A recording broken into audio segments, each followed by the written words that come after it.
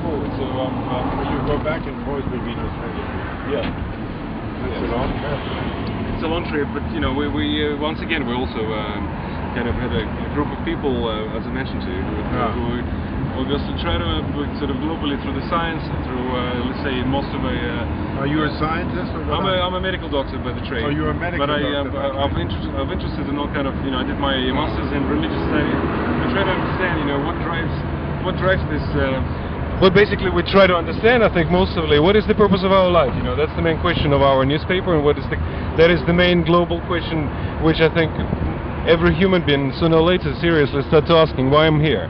You know, am I here simply just to, I don't know, serve others, or just to become part of this organism called the planet and live as a practically as a robotic system for whatever 70, 80 years ago, and then go and then next one. Yeah. So we try to understand a little bit more. You know, what is our purpose? What do you think? What is the purpose of human life? Well, I think, you know, these are what I call insoluble questions. The question of chicken and egg. You know, insoluble questions. I mean, you cannot. I'm as a scientist, I'm more interested in questions that can be solved. And you know, the purpose of life and all of this. Yes, you know, I know that as part of an evolution, I'm born and I go. I'm going to die again. But I know I have this wonderful feeling that I'm going back 4 billion years of continuous cell division. Right, I arose from a cell that was a live cell. Live cells of my mother and my mother, they got together, and my mother and father came from live cells. You know, so there is a continuous cell division that is 4 billion years old. And that is for me much more interesting than to think then that Jesus came to save us, or sorry, I have to be careful because I may be assassinated. That Mohammed came, or Allah came, or God knows what, or God knows what. Right? You know, these are all religions, are all inventions of man. Right? They were invented by man to deal with the kind of questions you ask. What is the purpose of life, and what are we there? Yes, these questions can be asked, and if you are very occupied by these questions, well, then you find wonderful recipes in religion of what you should do.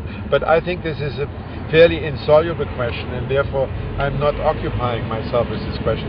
I rather take what we know and what we can know and put this into a building of thought, into a thought structure that is for me the ethical background of my life. Right? And rather than going into a church, you know, and praying and then go out and kill somebody, you know, and then go back the next day and say, oh well, can you forgive me, or something like this. I mean, it's. What can we do to change? It seems like 21st century, and we see that in modern world there is so much fundamentalism. We, in fact, again fighting a religious war. How can we educate people to raise them from that dark level of really superstitious into most likely maybe scientific belief? Do you think science can help? Education makes people free. I mean, education, if you learn about nature, about the laws of nature, it will make you free. There is a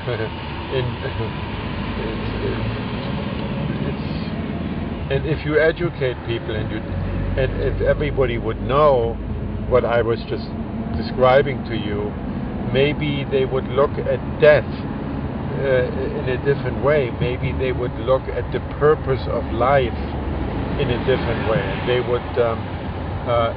No, I'm not attacking religion of anything. Religions have many very, very positive aspects, and I think if for many people they are essential, and I'm not, you know, on a crusade against religions. I'm just trying to it's very bad that religions can divide people rather than unite them, and that is the big failure of religion, I think, that it doesn't transcend that they claim that they are the only ones that are right. Do you think there is the one who actually decides us, there is a designer, there is God, there is a creation. What is behind all this amazing systems of all the cells? Do you think there is a spirit, the soul? No. There is no God? No.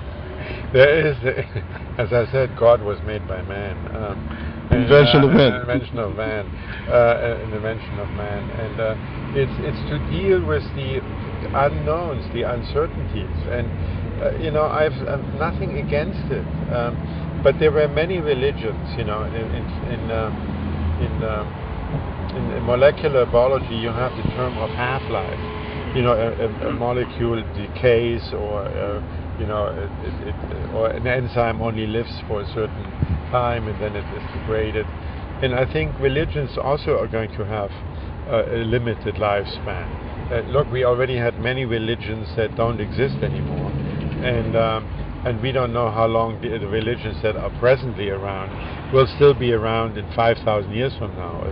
Or you know, the Romans never thought that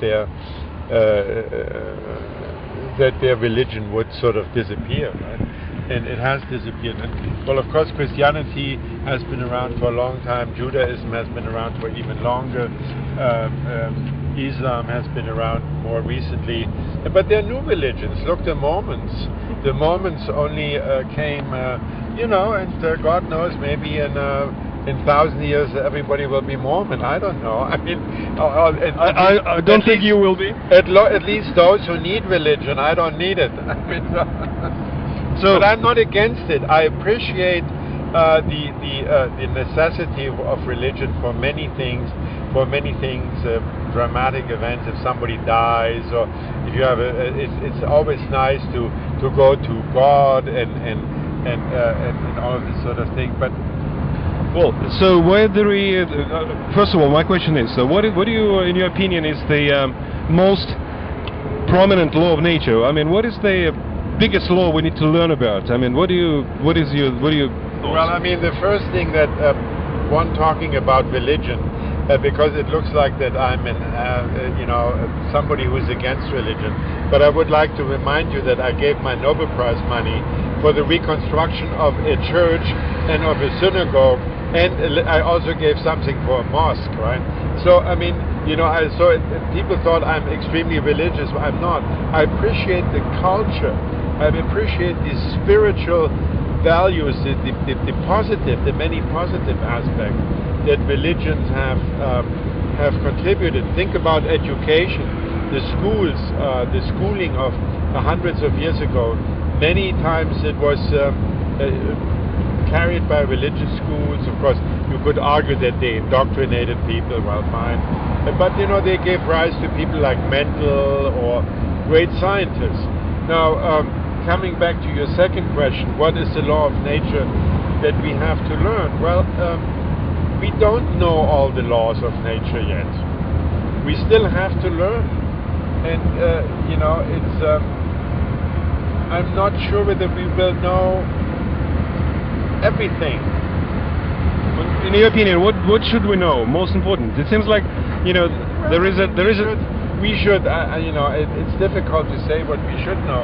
I can say, you know, we know that we know a little bit something, right? Some people said we know very, very little.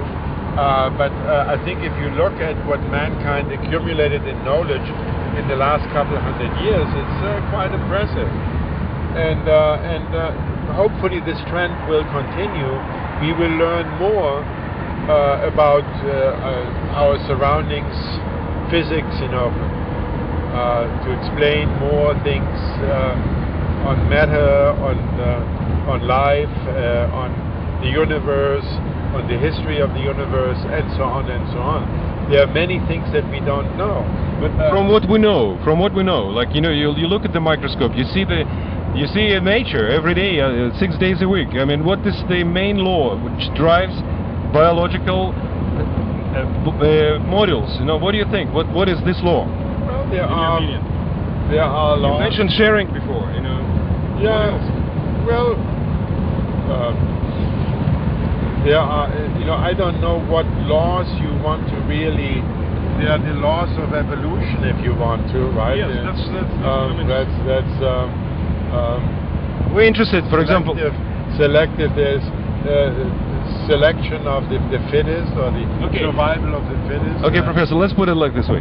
Let's say, you know, that the scientific board of the planet. The what? The scientific board of the planet. Scientific board of the scientists of this planet. Chosen you as the most profound thinker. And no. I would refuse the job. Okay. Let's say if you would have a job of the god, let's say, how would you construct this new society? What would you suggest? I think that collectively, very much like an organism, we should consult with each other, and we should think of what we should do, and that is what great democracies are really doing. They have elected leaders that people are trusting, that presumably are intelligent, that make presumably good decisions if you have a very good government. Now this doesn't always work, and therefore we do have disasters, but it works reasonably well. Nothing is ever going to be perfect, right? Nothing is going to be perfect. Okay, well, it seems like I have to ask you a next, I think, interesting area of talking is that most of the time we say that love each other. You know, all the religion tell us, you know, love your fellow. We're seeking, human being continues to seeking love. Have you seen any of this behavior on the cellular level? Or and if not, can you tell your thoughts? I would say love. I think respect is perhaps a better word than love. I mean, love is in my opinion defined a little different. You can speak about love between mother and child, or between a husband and a wife, or friends perhaps, but with humans I would say more respect. The respect for the opinion of another person, and of course